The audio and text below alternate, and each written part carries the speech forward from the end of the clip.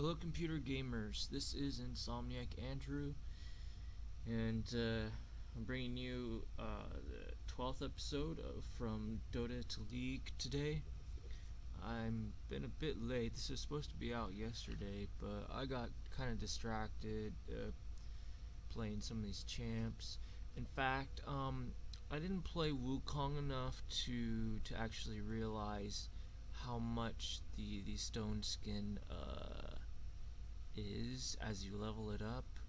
I don't know. I guess it's just because I forgot. Kind of got carried away playing him. But anyways, we want to go over him today, as well as Quinn and Nautilus. So Wukong and Quinn, of course, have been free to play this week, and I played Nautilus during the Nemesis draft. So I've played Quinn in the past, but you know, and to be honest, she hasn't really changed much, if at all. Nautilus, I've seen him played by somebody rarely and was impressed, but kind of forgot about which champion he was, I guess. Anyway, he's a really cool champion. We'll get to him later. Let's start with Wukong. So his basic ability gives him extra armor and magic resist for each nearby enemy champion, which is quite similar to a mastery. I think it's like, I can't remember, it's hard for me to remember which column is which. Okay, so it is the blue column, but a lot of the icons, although they're grayed out, they are green, so I tend to think of it as green column even if it's the blue, which is kind of confusing. And a lot of these in the green column, they're blue icons. Look at that, look at all those blue ones. This one and that one are green, but the others are blue. Anyway, of course they have mixes of blue and green, even this one has red, so blah blah blah, whatever, right? Point is legendary guardian, so I guess you might call it like a guardian or legendary whatever ability that Wukong has. So anyway, point is he's a bit tougher. His defenses rise when he's surrounded, so he's not that easy to take down because of that. But like I say, I'm not too sure about the numbers. I know at like level 1 it's 2 armor and 2 magic resist for each enemy champion nearby him. So if he's surrounded at level 1, he's got 10 armor and 10 magic resist by the entire enemy team, right? But I think it increases as he levels up. I'm not sure what the numbers end up as, to be honest. I could be wrong. Maybe it doesn't increase as it levels up. Maybe it's just really not all that strong, but I think even Graves' basic ability, it gives him like some stats. I'm not sure which they are. They probably are armor and magic resist. I think they are. And it scales as he levels up. So I'm pretty sure it's the same for Wukong. I just don't know what the numbers are. Anyway, moving on. He's got this ability that reduces the enemy's armor. So it's a little bit better than, like, say, Last Whisper, for example. At level 1, it's like 10%. I'm not sure. I think the value increases the armor reduction. Anyway, it's cool because it's not just for your own strikes, but it's for your allies' strikes as well. So it kind of makes it a nice team fighting ability. So it allows you to attack from a bit further away, is the point. So that's nice. Yeah, there's not much else it does. I mean, it does deal some extra physical damage. Sorry, excuse me. So, which scales with your attack damage. So, if you want to do bonus physical damage, you want to pick this skill up. I get it by level 3, and I usually only have like 1 point in it, kind of max it last, I guess. I'm not sure if that's the right thing to do or not, but well, anyway, the other abilities are nice because, okay, the second one helps him to stay alive because you level it up, the cooldown decreases, which is pretty valuable. So what it does is it makes him go invisible, and that allows him to make an escape. So he gets like this clone that doesn't do anything, I guess.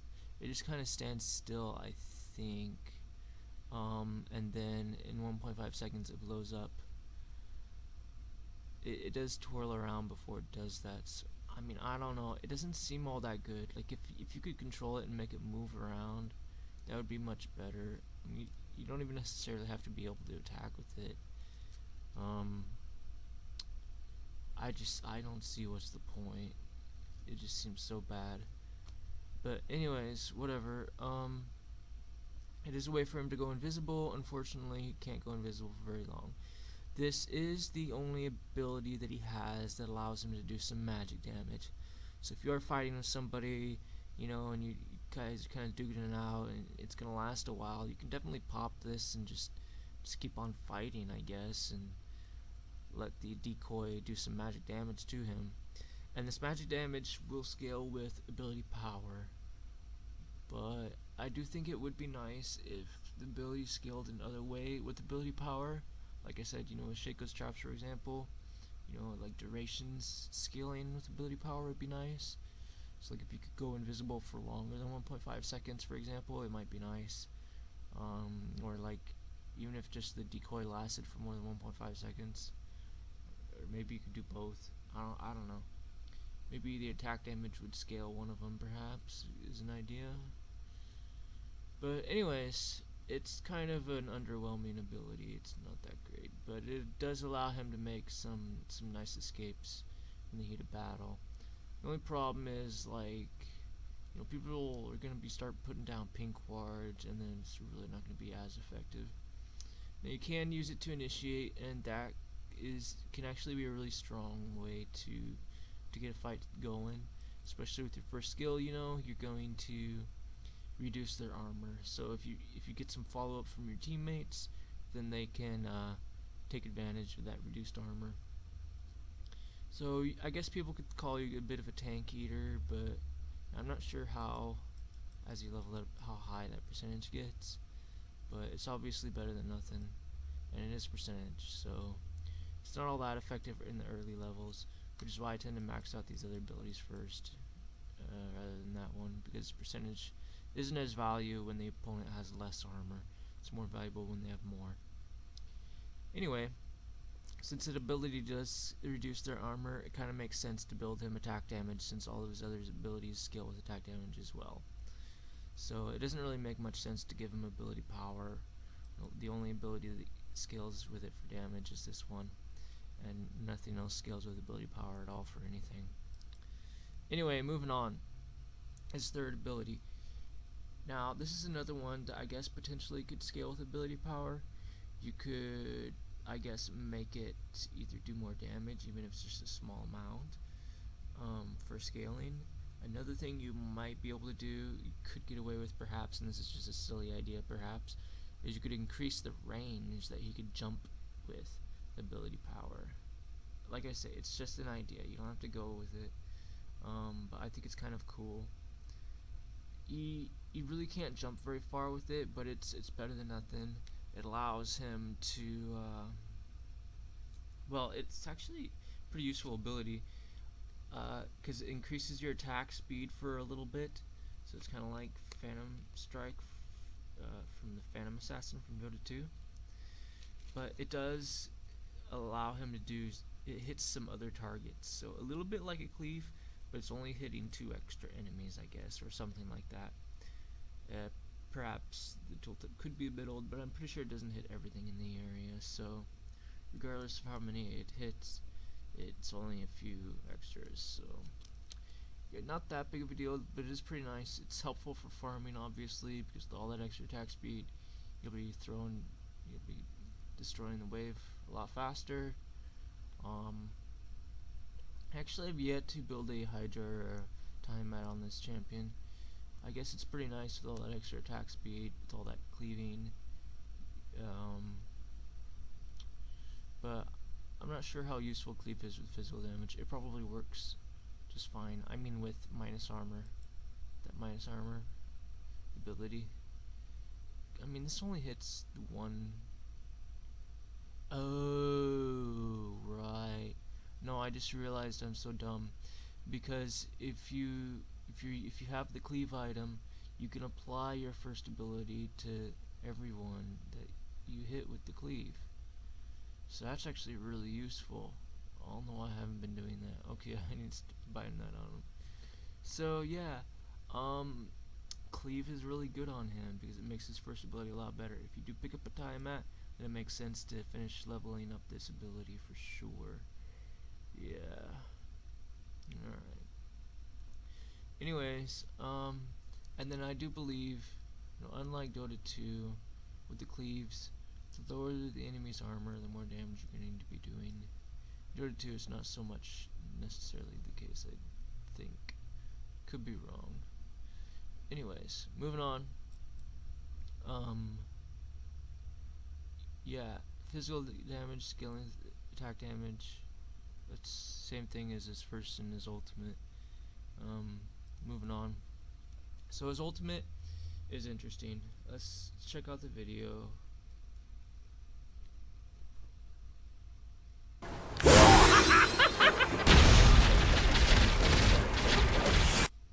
So anyway, I do believe he is able to repeatedly knock up champions, although I'm not sure how long it takes between knockups. It's not immediate, so I don't know what the deal is with that. Maybe you have to go out of range and then back in range or something. I don't know. But anyway, he apparently gets some movement speed.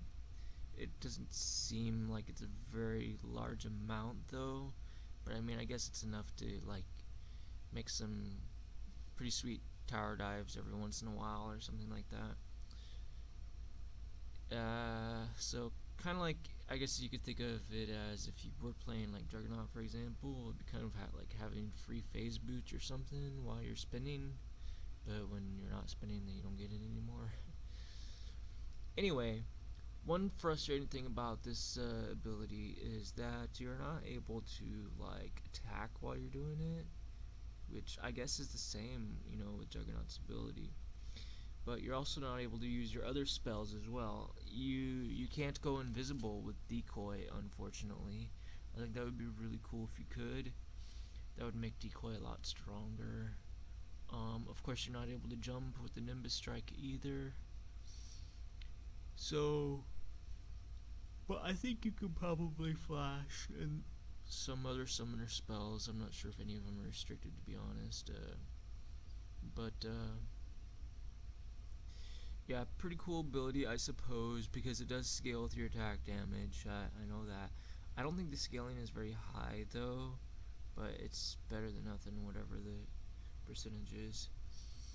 And it is like damage per second, I guess, so keep in mind, if you can keep people.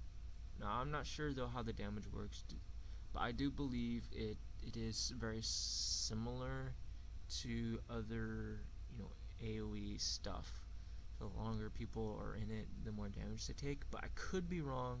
It might be the more often you knock them up, the more damage they take, but I don't think so. But anyways, it's a cool ability for finishing people off, no matter how you look at it. And it can be useful for initiating, but I wouldn't recommend it because you're not able to reduce their armor. So you want to stick to using your first ability soon. Now, I guess if you do have a tie mat, then you can use Crushing Blow, on a whole bunch of people, and then you start using your Cyclone. And since it's doing physical damage, the Cyclone will do extra damage because you've cleaved everyone and hit them all with that minus armor. I'd say that's probably a really good reason to build the cleave on Wukong, honestly. It's just because of his physical damage, area of effect, ultimate. I suppose I really haven't been able to make as good of an impact with this champion in general, probably because I haven't been building cleave on him, but that's going to change. Yeah, and I'll do a bit better with him. Overall, I would say he's kind of the champion that I guess could be useful in like dragon fights and stuff like that. Like you want like both teams to group up with him, ideally. That's what he wants. So you probably want to try to gank with him, but you don't necessarily want to buy like ganking items. You just want to attract a lot of the enemy champions So that way you can minus all their armor and then just kind of roll through all of them with your Cyclone. I think is probably the best way to play him. So I'm going to start doing that and see how it works out. Probably a good idea. And if your team groups up with you too, that's fine. If not, then you'll probably still do a lot of damage, so whatever. Alright, moving on. Also gonna go over Quinn. Now, Quinn, unfortunately, I have to say I'm really not a fan of her. I feel like, all things considered, she's underpowered. There's no getting around that. Her skill set seems a little lacking in general, and her utility is very weak, honestly. For one thing, like, I'd much rather be playing Teemo or Ashe. I feel like they offer a lot more to the game in general as champions, and I feel like she plays somewhat similarly to them. Unfortunately, like, try to compare her to Teemo. Even Teemo, like, he at least has his basic ability, right? That allows him to have some extra attack speed, which means if you do build some attack damage on him, then it's somewhat useful. Okay, well, yeah, obviously she's a bit better with attack damage, right? Because, well, let's find out. Okay, she does have ability that gives her attack speed, but we're not talking about that one just for starters. Her basic ability allows her to deal bonus physical damage, which does scale on her attack damage, although the percentage scaling is very pathetic. Now, with that in mind, it is still useful, and it's nice to have. I'm not sure if it's, I think it might be based on her increased attack damage, actually, and it might be something around 40% or something, who knows.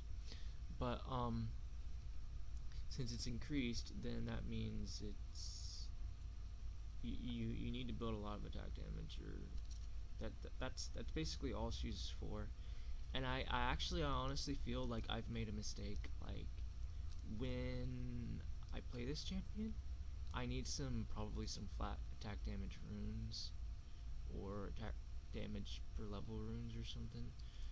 And then when I build items on her, I do need some more attack damage. So I'll play like a couple more games with her and the Wukong and see if I can do a bit better with them in general. But I'm not gonna straight up buy some runes, man. I gotta spend my IP on champions. But moving on, I guess what I'm trying to say is, compare her to like Teemo, like, what does she offer if you were to build ability power on him? I guess is what we're trying to figure out. What does she offer? Teemo at least has the attack speed, right? What does she got? Her first ability is the only ability that she has that gives you a reason to build ability power on her. Okay? And because it's the only thing that has anything to do with ability power, for starters. But to build on that, it's not a reason to build ability power because the scaling is bad. It's only 50% ability power scaling. That's it. So, and it's thankfully it is damage in an area, but unfortunately, what ends up happening is it doesn't hit as big of an area as you would like in general. The range is not that great. He ends up stopping. Like, if you hit one unit, then it's just in that area around that unit. So unfortunately, it's not any kind of line skill shot. Basically, it's more of an impact skill shot. So, being that is the case, minions can block you from being able to hit champions, which isn't so bad by itself, but just the fact that the area is so small once you hit something, it just seems really underwhelming, unfortunately. And especially if things are crowding around you, you're not going to be able to hit things behind them at all. Like, if you had a bunch of units in between her and all those units, there's no way you'd hit these units in the back. Like, you wouldn't even hit the units in the middle, you'd only hit the ones like right in front of you. So really, it's not as viable an ability in general as it could be, which really sucks, to be honest. I think it really needs some improvement on how it works. And once again, though, I do think that she's probably more useful in team fights in general. If you get a handle on her and manage not to like blow up instantly from being too squishy or whatever. Unfortunately, she does not actually have any defensive abilities whatsoever. The other than two abilities while she's in ranged form, but that's just it. Why wouldn't you want defensive abilities while you're in your ultimate? Well, because technically, I guess her ultimate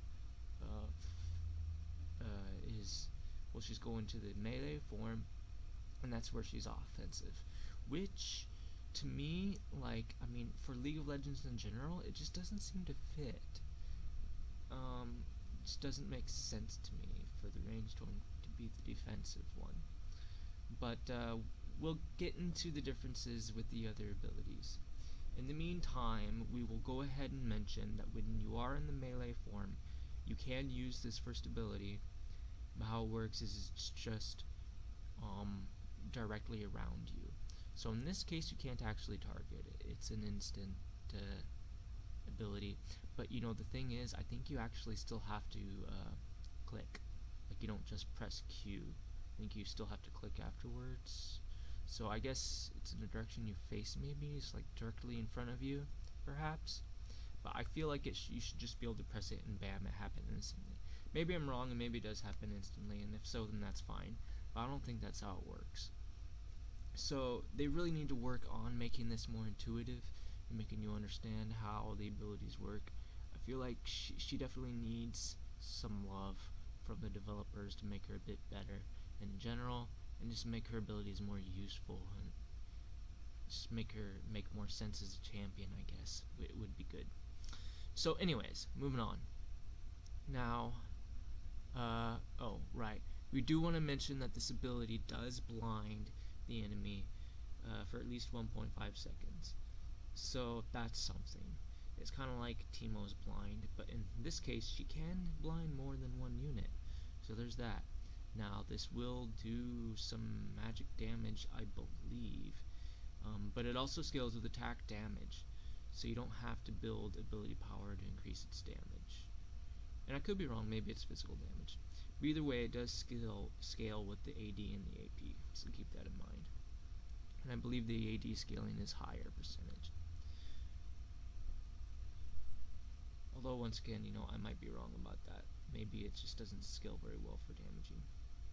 And if so, that's just kind of, it just makes her that much weaker, to be honest. Anyway, moving on. Alright, her second ability is one of her best ones. So, what's great about this one is it does give her some attack and movement speed.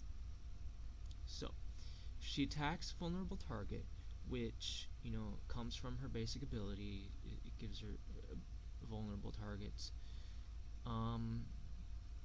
It's increasing her movement speed and her attack speed temporarily. So that's pretty cool. The values are really not that much, but it's better than nothing.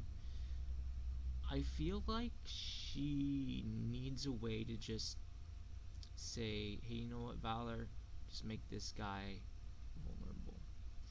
And she does have an ability that does that, and that's her third. But, like, honestly, a lot of the time, the bird's just like, he's gonna make some guy, like, you don't even have the attack range to attack. Like, they need to improve her attack range, honestly. She doesn't attack very far. So, and even if you did have, like, you walk into attack range to attack something, like, in the back of a pack of units, and it's like, you put yourself in danger doing that. Just so you can give yourself some extra attack speed, and then, yeah, you'll give yourself some movement speed, so maybe that'll help a bit with getting back out of danger, but maybe not. I mean, maybe they're going to ensnare you, and then you're not even be able to use your movement speed, right? it just doesn't make sense to me. I think there needs to be a different way for her to gain movement speed. Maybe she should have the movement speed and attack speed while there is a vulnerable target around her. Because as it works, as soon as she hits that vulnerable target, and it's like she doesn't have a reason to keep on attacking that vulnerable target. She's already dealt her bonus physical damage to it. So yeah, it doesn't make sense to me. I think they should switch up how her bonus works. I think her bonus should work as she gets the attack speed and the movement speed while there's a vulnerable target around her. I think that would just make so much more sense and make her much stronger. Yeah. Anyway, moving on, it also gives permanent attack speed to her ultimate, which is her melee form. So that's helpful. And then she's able to activate this ability to give her some vision around her. And she cannot target this, so this is directly around her in a circle, and it dissipates almost immediately. So because it does not follow her, she cannot just be, oh, I see one champion, I want to go see if there's some other champions nearby him. No, you can't do that. That's not how the ability works. It only gives you vision in the immediate area around you when you cast it. So I feel like it's extremely weak scouting ability. I mean, even Ash's arrow is much better than hers. Even though it's not that great. It's not. It's kind of bad, but it's still way better than hers, honestly. And I don't get what's the point. I can imagine this ability being much better on some other map that might have lots of bushes or something. But as it is, I mean, you can plant wards. I don't get it. I mean, there's not a whole lot of situations where you're going to be in the middle of a whole bunch of vision obstructing things. Maybe you're doing dragon or baron pit, and that's about it. Other than that, this ability is almost completely useless. I feel like it's just really bad. You can scout out that one bush, but then that's it. You don't know what's behind that. You just don't get enough information. At least with Ash's arrow, it has incredible range, and you can use your skill to get the information that you need. You could still mess up with it, but that's on you to use the ability properly. In this case, there is no proper way to use the ability. The ability just sucks. So, anyways, moving on. There's not much else to say. I mean, it's pretty simple and basic abilities. It's really bad. They should probably switch these around. This should be her basic ability, and then Harrier should be her second ability, maybe. And she'd be a better champion. Then this could scale a lot better, potentially, and yeah, whatever. Moving on. So her third ability is she jumps on something and then she jumps backward. So that's kind of cool. It's a neat mechanic. Unfortunately, I feel like it makes her take a lot of unnecessary damage. Sometimes it's pretty helpful for getting away from the opponents, but usually it isn't. Ultimately, I am not really sold on this ability in general. I think it would be better if you could treat it as Callista's basic ability. In other words, you jump on a unit and then you jump back or whatever direction you want to by clicking, right? Wouldn't that just be fantastic? So default, you just jump backwards just as normal, right? But if you can right click somewhere, then you can jump towards that direction. And that might depend on how close you were to the enemy champion when you jumped on them, right? So the way I figure, have it function now as it is fine. But if you right click, then it'll change things up. So I would say now the closer you are to the unit you jump on, this will make you jump further away. So the farther away you are from them, though, when you start the jump, then the less distance you'll be able to jump afterwards. And I think this makes sense because I believe this follows some physics, about kinetic energy. I think it fits the laws of physics is what I'm trying to say. So, like, how about the I would say maybe the distance that you can jump in total, towards and backwards, should be equal to a certain amount at each level, and then that total is what you have to work with. So let's say you want to jump at the max distance towards the target. That means you're not going to be able to jump backwards at all. You're going to be like in melee range of him when you jump back, pretty much. And then, well, that means you can just jump right into your ultimate form and start attacking them, right? So that would be kind of cool, because then that would increase her initiation range, and that would be kind of fun.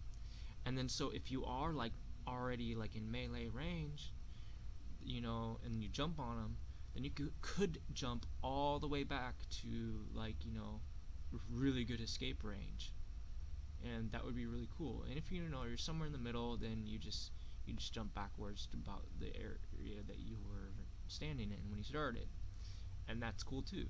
And so what I was thinking is, you can just right click and go the distance that you're allowed to go, or maybe like cut off some of how far you're able to jump, depending on which direction you're going in. So I would suppose if you're just doing a 180 jump backwards, then you get maximum jumping distance. But the more of an angle that you're trying to jump at, I would say it should probably be limited to maybe 45 degrees. I don't think you should be able to jump off of them at a 90-degree angle. It's probably a bit too much, but somewhere between the 180 and the 90, anywhere between there is probably fine. I'm not sure, but I would say maybe like 45 degrees. Maybe the jump distance for backwards is like halved or something, so you can't jump as far as if you were 180. But however they want to do the math, I feel like if they change things up that way and allow it to be more flexible, it would just be so much better ability. But in general, it is nice because you're able to apply the vulnerability to the target you jump on. That's cool. It might be a bit too strong if you're able to, jump on the guy and then jump on the other side of him. I mean, that's Nar's ability, right? So I don't think it should be that strong. That would obviously be beyond, the 90 degrees jump. That would be like 0 degrees jump, right? Or less than 90. So I do think that I had that backwards. I meant to say like 135 degrees earlier, not 45. I didn't mean 45. 45 would be jumping behind the guy still. So she shouldn't jump that like that. It should be more like 135 degrees is fine. Or actually, no. Maybe 180 means you're jumping behind them. I'm not an expert on geometry, okay, or trigonometry, or whatever the heck we're talking about here. What I'm trying to say is, if you're jumping behind them, no, that's not good. You should only jump backwards. Jumping completely to the left or the right, not so good. But as long as it's in an angle backwards, it's okay. Yeah. All right.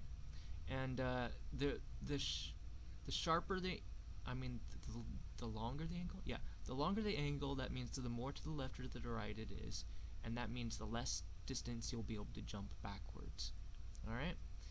And the further away you are, the less distance you'll be able to jump way backwards. The closer you are, the more distance you'll be able to jump backwards. That's what I want. If they did that to this ability, it would be so much better. And this champion would be amazing. I would like her a lot. I also think they should switch up these abilities and make them better. But other than that, I think she's a great champion. Now her ultimate, this is kind of cool, because then she's able to be melee form. Now, I think she doesn't do anything when she's in her melee form with this ability. I don't think she can use it. If she does, it doesn't do much of anything. Maybe just like a regular bonus melee attack thingy or something. No, I don't think she can use it. Anyway, and then if she tries to use this one, no, it's just a passive. Yeah, she has a couple passives. They could probably get away with giving her an extra ability while she's in her melee form, honestly. I don't get it. But anyway, so she does get some extra movement speed, which increases as she levels up her ultimate. I think it's like around maybe like, or maybe it doesn't increase, but it's like 80% movement speed bonus, but that's while you're not in combat. Once you're in combat, then it decreases all the way to like 20% in movement speed. So even in combat, it's still a healthy amount of movement speed, honestly. I mean, that purple minus armor item that gives you crits, I can't remember. If you activate it, then it will give you 20% movement speed. So it's the same as that. So not bad. And anyway, when the ultimate is ready, I mean when it's over, or I guess you can recast it, then you can go back to your ranged form and you'll deal some physical damage to all enemies, which is kind of cool. You know, I really wonder though, can you just like use your melee form, just attack everyone once and then go back to your ranged and do that physical damage in an area? Because if you attack them in melee form, wouldn't that be like effectively making them all vulnerable? I don't think they get the vulnerable tag, but they probably should if they don't already. I'm gonna have to check that out. I don't think they do. There's no tooltip that says they do, and I'm pretty sure I don't see the buff on them, but I could be wrong. But that could be another way that they could make her a bit better as a champion. I think there's so many ways they could go with her. I think if they did just those three things, she'd be fine. They could maybe improve the scaling of her ability power for this ability. I think that would be okay. Maybe 65% wouldn't be too much, rather than just 50%. 50% is really too weak, I feel like. Yeah. And then I think if you gave this ability, if you let it scale a little bit with ability power, like 15-20%, that would be okay too. And then yeah, and then she's pretty much a good champ with just those major changes, really. The marks in his ultimate form, the ability power scaling, the vault improvements, and the Harrier and heightened senses changes, just swapping them around and just making Harrier better as something that you could learn, and heightened senses, simpler as a basic ability because that's basically what it is. The only thing is I don't know how you would do with her scouting.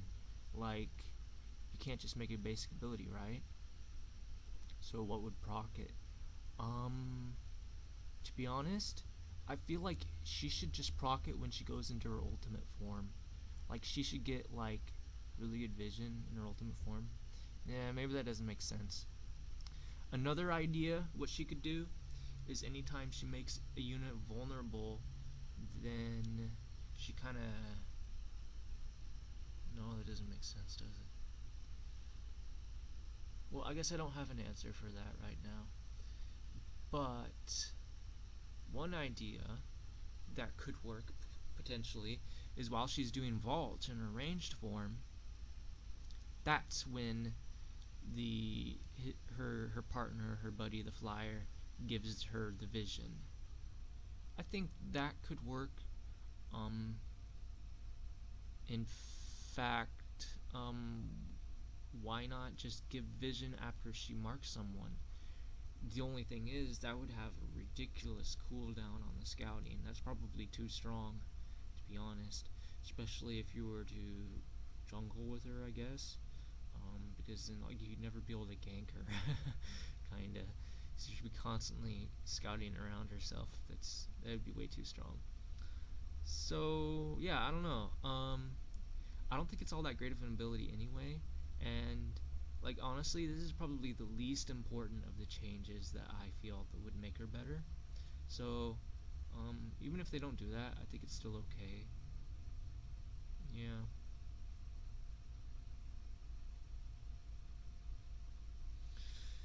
Yeah.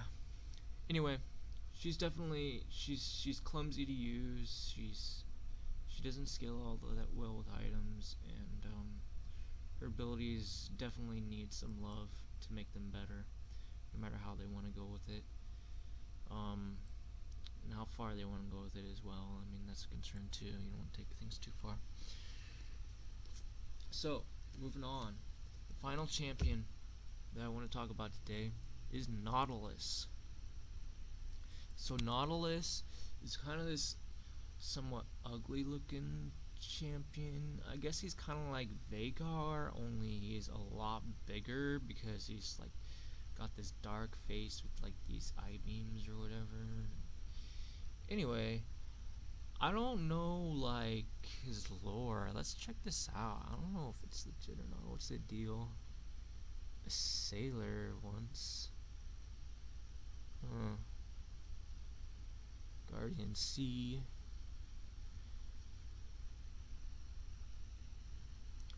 Black oozing liquid, none of the crew can identify.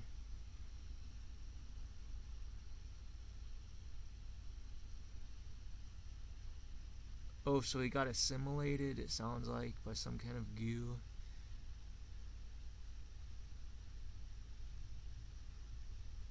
Okay. Well, we'll read the rest of that later. I'm just here to talk about, the basics of these guys. So this is like this funky dude with this armor, and he's like gooey and stuff and whatever. So he's pretty cool because, okay, check it out. He's got this awesome hook, and it's basically like Clockwork's ultimate, where once he lands on something, then he pulls towards it. Now, if he does get a champion, the champion, if it will come closer to him actually, just a little bit. I'm not sure how much, but I wonder if it works on allied champions too. Probably not, but it might. I mean, I guess it does. He attaches to terrain too, and it pulls him towards the terrain. So that's interesting. And apparently, you can reduce the cooldown if you jump to terrain with it. So he's really strong. This is a very flexible ability. I'm pretty sure it does damage. Even if it doesn't, it's still pretty good. Not sure what it scales on, to be honest. Probably ability power, yeah. If it does scale, which I'm sure it does. I remember he's ability power and health is how he scales. So, pretty simple, not that difficult to play as. Oh, let's go over his basic. What is this? Oh, yeah, this is a way for him to do some physical damage. Now, I don't think this scales with anything, although I could be wrong. Well, with the level it does. It does scale with the level, actually. So, the more he levels up, the more damage it's going to deal. This could be a good excuse for you to build attack damage on him, just because, you could get Tiamat, for example, or Hydra, and then all the units in the area, they're getting that bonus physical damage. So that's cool. And then, I guess you could build things like Glass Whisper to increase the damage this is going to do because you're reducing the enemy's armor. I suppose could be legit. Anyway, and then, of course, the Black Libra would be nice on him, just because health is good for him, I suppose. Not sure which one of these abilities makes it a reason for you to build the health, but anyway, I think one of his abilities scales with your health for damage, I think, probably. Anyway, unfortunately there is like a cooldown for this, but you can hit every target with it, and it's fine. It's just for the same target there's a cooldown, so it's kind of like Callista's passive, you could say, in that you can't hit the target any more than once every 6 seconds. So this is kind of the same thing, but I'm not sure how many seconds it is. But it's not a big deal. The important thing to keep in mind is most of his damage is magic, but then he has a way to do physical damage. Kind of the same thing with Callista, only in reverse. So yeah. Moving on, what's his second ability? So with this, he does get a shield. So this is what scales with his health. Then, he can do some damage over time to enemies around his target that he's attacking. So I'm not sure if that's applying to the target that he is attacking or not. Probably. Either way, what this effectively does is it allows him to build like some ability power and potentially some health, I guess, perhaps, to increase the damage that he's dealing as he's attacking. That's the basic gist of it. So, pretty cool stuff.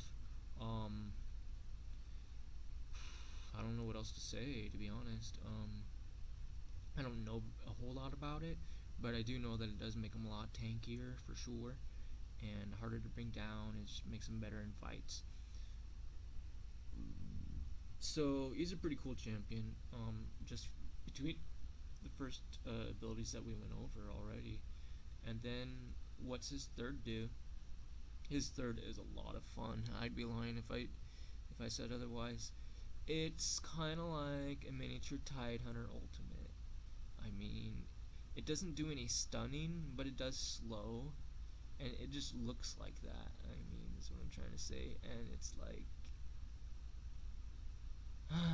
I mean, I don't know what else to say. I guess there's 3 rings of damage from the tooltip. I'm not sure if that's true or not, but it's probably about right. So, and they go out at different ranges. So if you're at a good enough distance away from him, you're not going to get hit by it. Otherwise, you are. I don't think this follows him, unfortunately, but it's fine that it doesn't. It's still very cool. So, there's not much else to say. I mean, it just hits a circle around him, technically 3 circles, I guess, and does damage and slows. The more ability power you have, the more damage it does. And it's a pretty low cooldown ability, so you can use it a lot. So it can be hard to get away from him once you get close to him. So keep that in mind. So, especially since he can hook to you, obviously. And if all that weren't enough to worry about, he's also got his ultimate.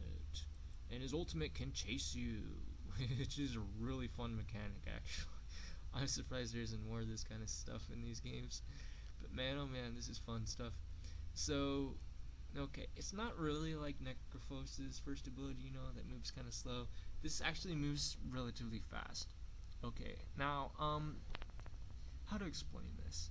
This is a target. You target the enemy champion. This is how it works, alright? And I guess theoretically you can target minions too, right? But why would you want to, I suppose? Probably not a good idea since they all only charge towards your team. It'd be kind of rare that your opponent would be trying to get away from you by running towards your fountain. And even then, it seems even less likely that a minion would be chasing them, but who knows? Even if they were, they'd probably be kind of slow, right?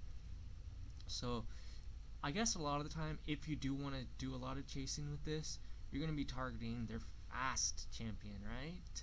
Makes sense, because then they move around a lot more. Now, why do you want to chase stuff with this? Well, the thing is, it does damage along the entire path, which means the more distance they do, the more damage they do. Now, theoretically, a lot of that damage is going to be wasted, because maybe there's nothing in between. There could be running over empty space. Maybe there's no minions, maybe there's no champions there, that it's going to be hitting on its way to its target. But there also might be some of that kinds of stuff there. And if there is, then you're going to be dealing some damage to that stuff. So that's kind of cool. Now, it could have some practical application in the jungles, but it probably won't. Even if you do some damage to some monsters, they might just heal up anyway.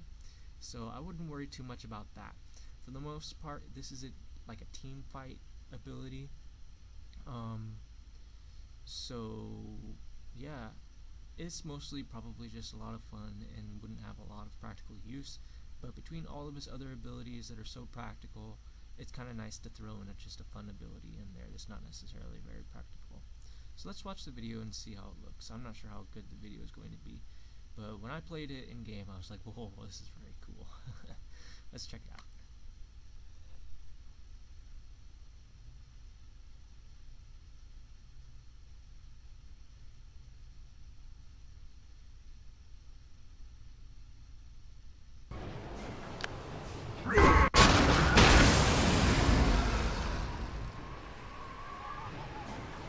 So as you can see, the distance is pretty good that he can cast it at, and furthermore, he can cast it much closer too if he wants as well. And you know, ultimately, how far it goes depends on how far away the other guy can run before it hits him. So yeah. Now it will stun the target when it reaches them and throw them into the air. I'm not sure if it stuns or throws anything into the air on its way to impact, but it definitely deals damage, and all that scales with your ability power that damage does. So pretty fun champion. Not a whole lot else to say. He's a cool guy, but he costs 6,300 IP, so I don't know. He might be the next 6,300 IP one I get. I guess I like him more than I do Lulu, so maybe I'll buy Lulu after him. But in the meantime, I've got some cheaper champions to be buying. As you can see, I have 4,295 IP now. I'm about to buy Sejuani once I get 4,800. And then I still gotta buy Shyvana, so I'll need another 4,800 for her. And then I might decide to buy some other champions, either 4,800 or lower, but we'll see.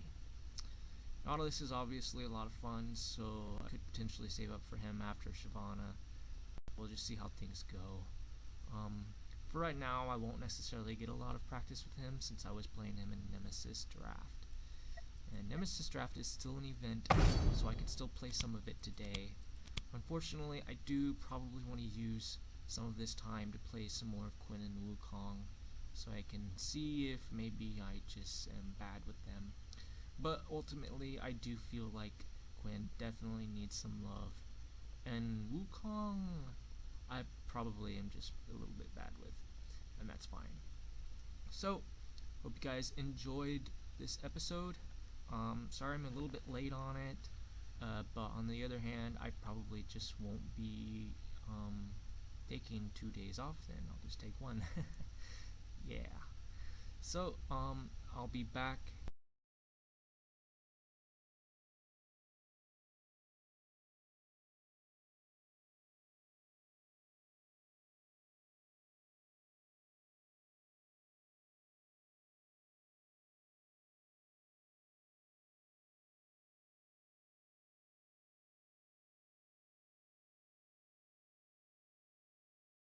You know, I might do a little bit of change in the schedule from time to time. Like this week, things were a little bit strange, so yeah, moods and other things just crowding around me. Yep. But anyway, that's about all for this episode. Next one, I'm not sure what champions I'm gonna go over, to be honest. I've recently I'm just I can't come up with them. I've already done so many, and it's hard for me to keep track of which ones I've done already. I suppose Twitch, and then who else? Okay, why not Zyra? Won't be able to comment a whole lot on her because I kind of suck at her, but that's okay. And then Vi, why not? Vi is pretty cool. I don't think she's changed much since I last played her, though it's been a really long time. She still seems like a pretty good champ. Once again, another 6,300 IP one. But yeah, you know, maybe after Lulu or Nautilus, I'll pick her up. Anyway, that's it.